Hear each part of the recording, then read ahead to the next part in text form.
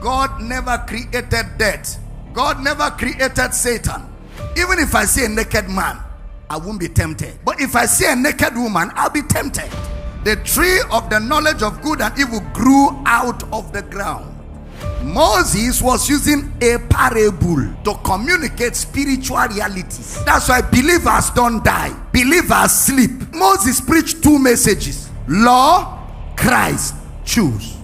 Many things we blame Satan for, Satan is waiting to report you on the judgment day. Temptation is not a sin.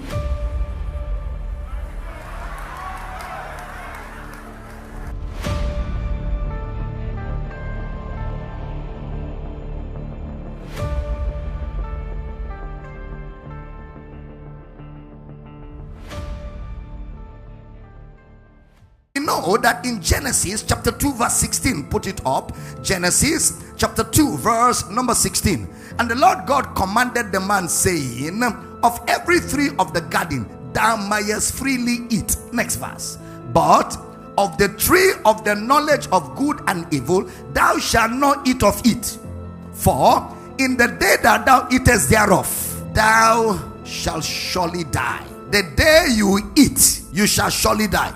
Did you observe God's statement? He didn't say, the day you eat, I will kill you. So the statement was not a reaction. The statement was a love information. The day you eat of it, you shall surely die. I will not be the one to kill you. That's very important. The day you eat, you shall surely die. He didn't say, the day you eat, I will kill you. Please, that's very instructive. You shall surely die. Which means that statement is the love of God in action. So how does Brother Paul explain that statement? Romans chapter 5 verse 12. Wherefore, as by one man sin entered into the world, and death by sin. Did he say death by God? Death by who? Death by sin, not by God. And so death passed upon all men, for that all have sinned. So what was God revealing to Adam when he says, the day you eat you shall die? God was revealing sin to Adam. God was revealing sin to Adam. That wasn't a reaction, because nothing had happened. It was not a reaction. Remember, there was no death in existence when God created the universe. There was no death. God never created death. God never brought death. Death was not God's invention. Why? Because all that God created is plainly stated in Genesis chapter 1. And at the end of chapter 1, look at the summary of all of God's creation. Genesis chapter 1 verse 31. And God saw everything that he had made, and behold, help me, it was. And the evening and the morning were the sixth day. So everything God created was very good, meaning God never created death, meaning God never created Satan. Everything God created was very good. So if everything God created was very good, it means God did not create the tree of the knowledge of good and evil.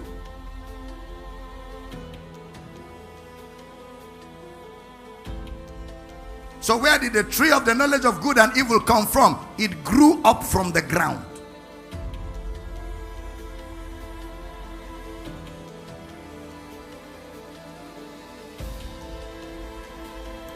God finished creation in chapter 1. 31, everything was good. Chapter 2 verse 1, God rested. Then in chapter 2, we see the tree of the knowledge of good and evil growing. The tree of the knowledge of good and evil was not in Genesis 1. It wasn't God who created it. God created trees and herbs and told man to eat they have for his body. But then in chapter 2, we see a tree growing that did not exist in chapter 1. Now, remember, the book of Genesis was Moses' teaching notes. And when a teacher is teaching for the purpose of the understanding of his audience, he could use analogies and parables. There was no tree of the knowledge of good and evil in chapter 2. But there was a tree of the knowledge of good and evil in chapter 2. Please put on your thinking caps. Moses was teaching, so he uses parables. A parable has a fact, a fiction, and a little lesson. Out of the ground, not from God. The tree of the knowledge of good and evil grew out of the ground. So if Moses was using a parable in Genesis, what is the ground? The heart of man. What is the tree of the knowledge of good and evil? Evil thoughts. Moses was using a parable, parabole, the Greek word, to communicate spiritual realities. Are you here? So, the tree of the knowledge of good and evil were thoughts that grew out of a man. How do we know that? Brother Paul, wherefore, as by one man sin entered into the world, and death by sin. So man is the architect of sin and the architect of death. God never created death. That is why death is an enemy of God. The last enemy that shall be destroyed is death. I'm teaching here. So when you see people dying, it's not God in operation. It is God's enemy. That's why believers don't die. Believers sleep. Death is by force. Sleep is by choice. Nobody sleeps by force. If you force me to sleep, I will cover the blanket and close my eye, but I'm still awake. I only sleep when I decide to sleep. Jesus said, when you receive him, you pass from death to life. The law of the Spirit of life in Christ Jesus has set me free from the law of sin and death. So believers don't die. Believers sleep. Unbelievers die. Am I teaching? Now, follow me, stay with me, because I want to deal with this wrath of God thing very seriously. In James chapter 1 verse 13, Brother James gives credibility to what Brother Paul has said. He says, let no man say when he's tempted, I'm tempted of God. For God cannot be tempted with evil, neither tempted he any man. But every man is tempted when he is drawn away of his own lust. His own. Wherefore, as by one man sin from man, sin entered into the world, and the sin that came out of man produced death. Every man is tempted when he's drawn away of his own lust. James 1:14. When he's drawn away of his own lust and enticed. Watch the motions of sin. Next verse. And when lust had conceived, when lust has conceived, it bringeth forth sin. And sin, when it is finished, bringeth forth death. So did you see the motion of sin? God is not involved. Satan is not involved. In the motion of sin, God is not involved. Satan is not involved. That's how small Satan is. That's how powerful man is. Man has lust. What is lust? Desires. Anybody that has desires is temptable. The only people that don't get tempted are those that don't have desires. I get tempted, your pastor gets tempted, because we are men with desires. You too get tempted, including those of you pretend. You are tempted just like you are pretending. No human being is temptless. It is English right now. Every man is tempted. How many men? Are you a man? when he's drawn away of his own. So every man has a lust. Lust is desire. Satan cannot tempt you except in the area of your desire. Where you don't have desire, you cannot be tempted. For example, me, even if I see a naked man, I won't be tempted. I'll just say, dress up, dress up, dress up. What's the problem with you? That's all. I won't even think about it. Okay? But if I see a naked woman, I'll be tempted. Because I'm drawn. Because I'm a normal man. It's only an abnormal man that will be tempted by another man. A normal man will be tempted by a woman. And any man that a woman does not tempt needs deliverance. Especially a beautiful woman.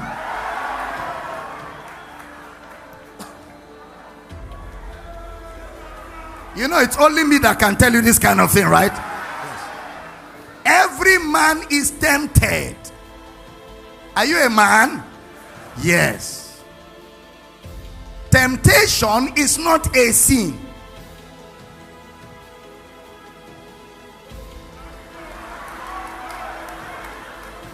Temptation is not a sin. Jesus was tempted, but he was without sin. So temptation is not a sin.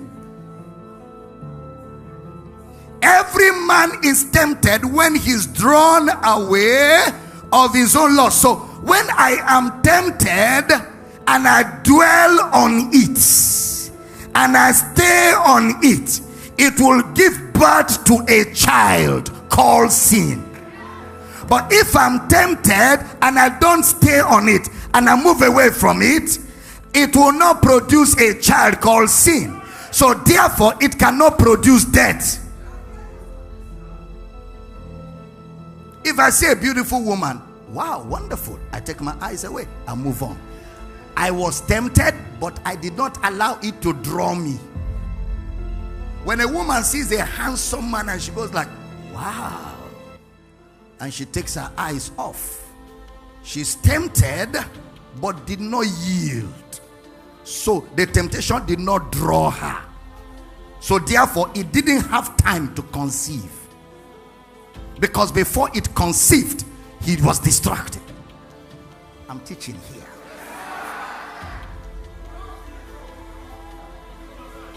Every man is tempted when he's drawn away of his own lust.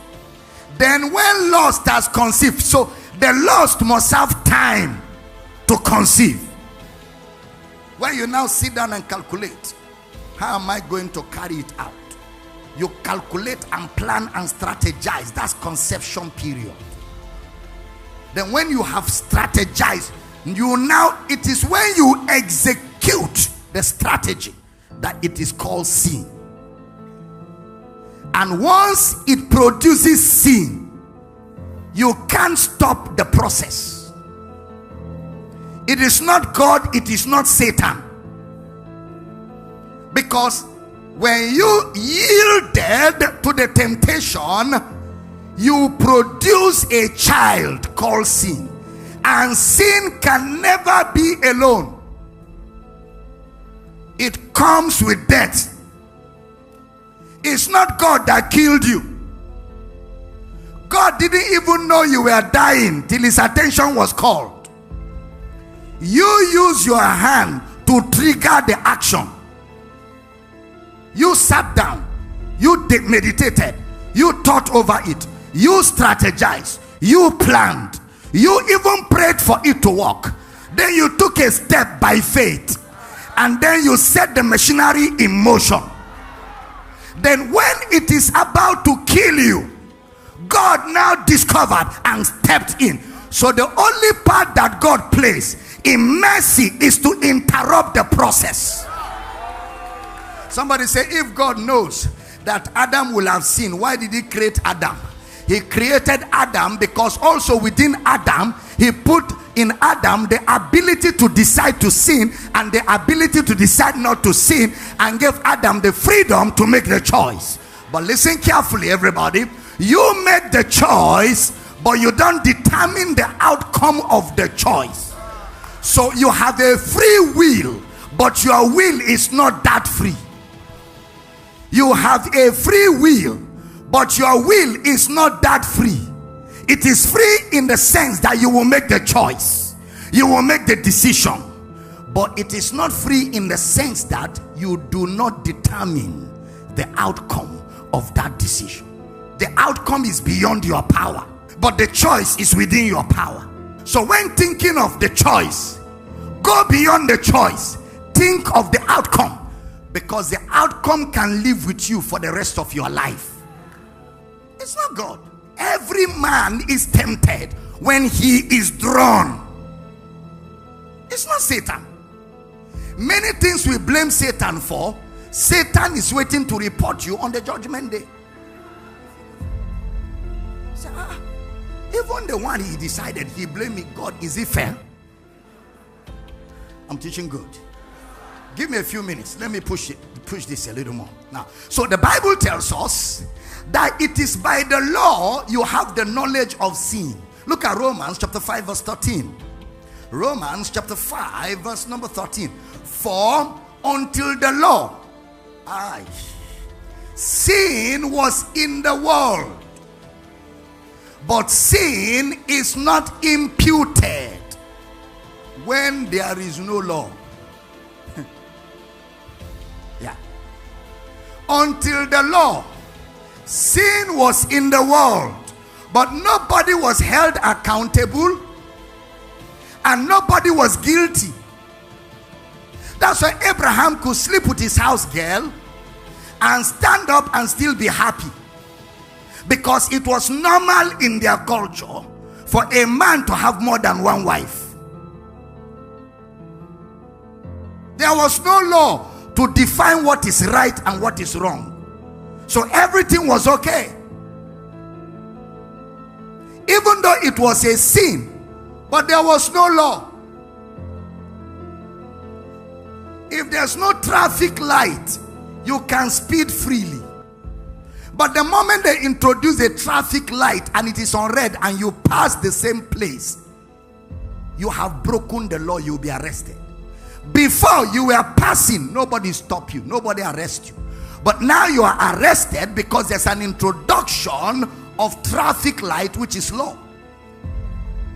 Until the law, sin was in the world, but sin is not credited to men's account where there is no law. So law defines sin. That's why Jesus will say something like this in John chapter 5 verse 45. Put it up for me. John chapter 5 verse 45. Are you getting blessed? John 5:45. Can we all read together very loud? Everybody want to go? Do not think that I will accuse you to the Father.